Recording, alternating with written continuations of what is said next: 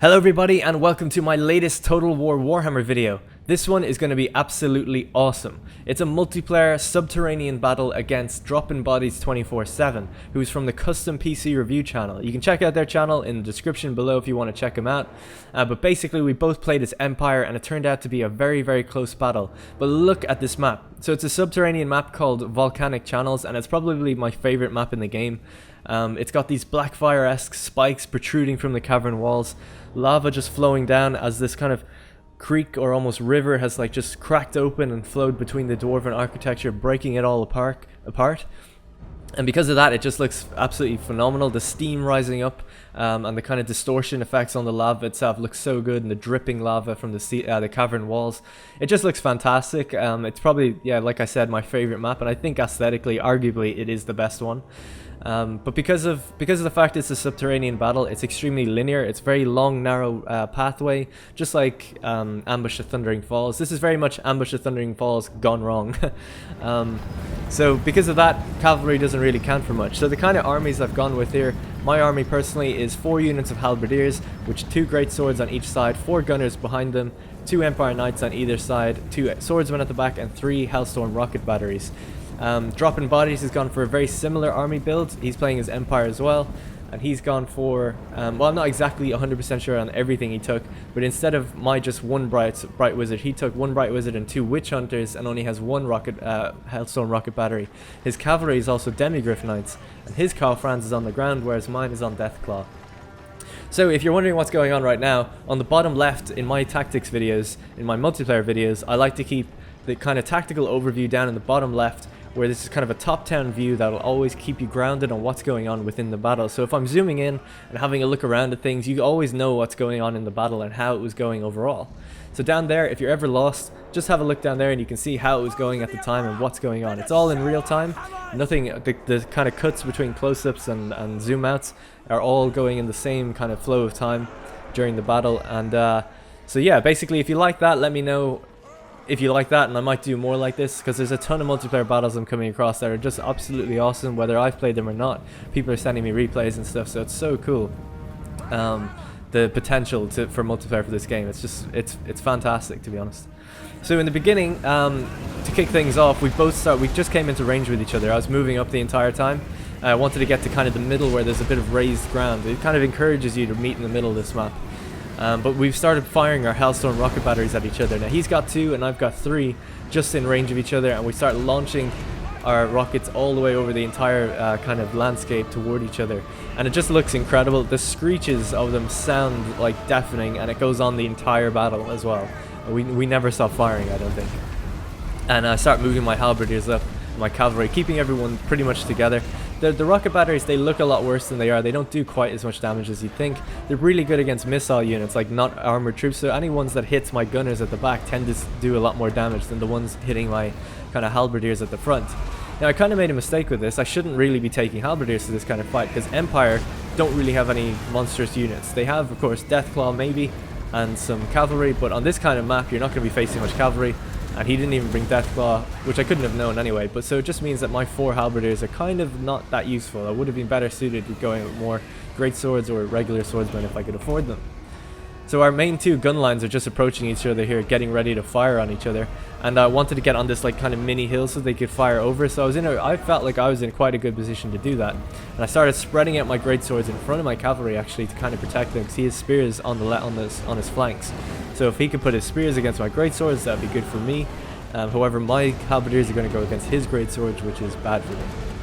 So you can just see the matchup is really even. It's really cool.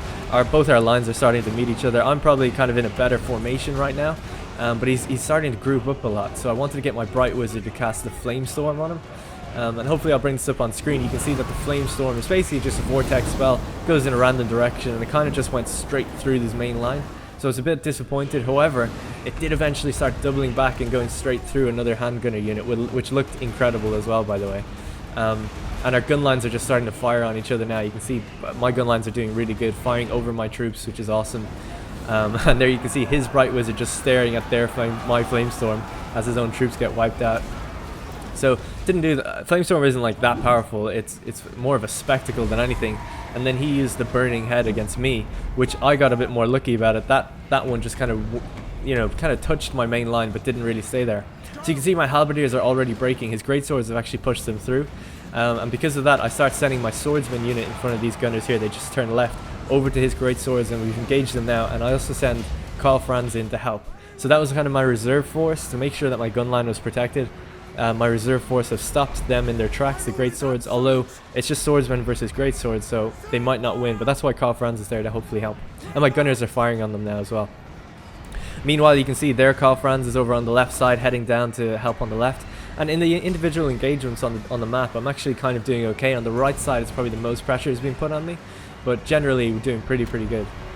To buff these guys, though, I did cast the Flaming Sword of Ruin on the right side, which basically just improves their missile and weapon damage. Oh, actually, this was before that. This is a Piercing Bolts of Burning. That was a mistake from me. So at first I just wanted to use a damage spell to reduce, you can see the Demigryph Knights in there just getting hit with it, but it didn't really do much damage against them. It's not that powerful of a spell, and I was getting a bit worried with the guys on the right, so eventually I do cast the Flaming Sword of Ruin, which you'll see pop up on screen. And in the meantime, I've got my gun line firing on their Karl Franz. My great swords are fighting him as well, and my Karl Franz is just kind of broken through the center now. You can see all my guys are flooding through the center, pushing his gun line back and making them fall back to the artillery. And meanwhile, our artillery is both exchanging shots at each other. Now this is where on the right side, again, like I said, I was getting worried. I just have one unit of great swords in there, but the Flaming Sword of Ruin will just buff the weapon damage of anyone that's in that area.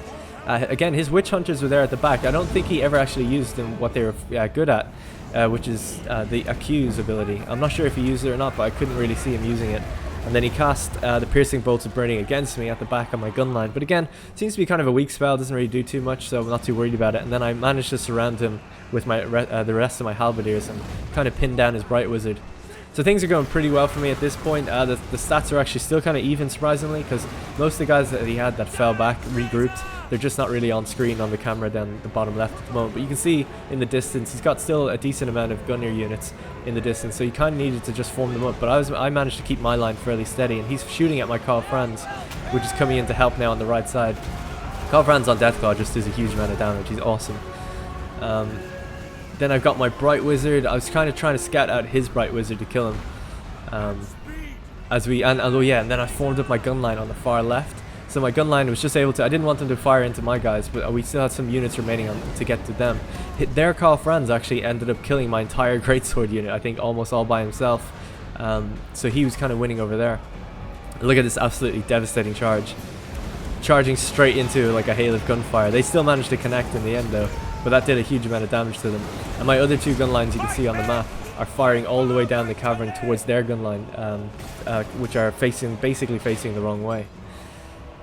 So the battle is kind of coming to an end. I've basically won at this point. We're just casting a couple of spells. He tried one more Burning Head and this got massively blobbed up, but it just went the wrong way. If that had went left instead of right, he would have just completely obliterated my grouped up units, because they were very low on health at this point. There, and now I start sending them over to his Bright Wizard, and I fire a fireball at him just to be cool, essentially, and it looked awesome because the fireball went straight to him, knocked him over. And I just love the kind of Bright Wizard v Bright Wizard battle that had been going on the right side the whole time. Artillery is still firing. My gun line is now firing at their Demigryph Knights as they kind of charge up again, and that kind of pushes them away. And this is where Karl Franz starts coming up to my gun line. They all start firing into him, but of course he's an absolute beast, heavily armored, and he just comes in and kind of starts wrecking my gun unit. But yeah, at this point, obviously it's quite obvious who's going to win the battle. But it was really close. I guess you can really see the balance of power. It does seem like it was always in my favor, but trust me, at the beginning I was really worried because he did break through my area at first, and I just absolutely love the kind of Bright Wizard v Bright Wizard fight, the hand-to-hand combat here, and then their one just turns tail and runs, and he just knocks him to the floor. And then Karl Franz, as he's running away as well, he just gets mown down in a hail of gunfire as well, and that's kind of GG, I guess, in terms of where the battle was going from here. They still had a couple witch hunters left. I think one of the main reasons he might have lost this battle is because he never really uses Accuse ability properly. He might not have had it. I'm not too sure if they have it in multiplayer or not, but the Accuse ability just does a huge amount of damage to a unit, but he might not have found it because he was on the left side. So I'm not too sure. And lastly, there one final charge from the Demigryph Knights with halberdiers. he never really got to use them. Halberdiers, I'm not sure why he went with that, because they would have been good against large, but there was no real large units to be used. They did beat back my Empire Knights in the beginning, and I have one final Winds of Magic spell, the Piercing Bolts of Burning, to cast on them, and that's basically it. So hope you guys enjoyed the battle. I'm going to just have a look at the post-battle screen now, just so you can see what went down. But I had a ton of fun. Like, normally when you're playing against people who haven't had the game very long, they're not very good, so this was a very nice challenge. It was a Pyrrhic victory. You can see his Witch Hunters got a few kills, but not that many really. And his Hellstorm rocket batteries probably could have done better. Actually, his Halberdier Knights did very, very good. But yeah, that's basically it. It was a very thoroughly enjoyable battle, one of the best I've had. So hats off to Dropping Bodies for playing it so well. If you want to see more battles like that, where I put the camera down in the bottom left, do the kind of different perspectives and kind of analyze what goes on in the battle, then do let me know in the comments, and I will I'll endeavor to make more. And that's going to be it for this one, and I hope to see you in the next one.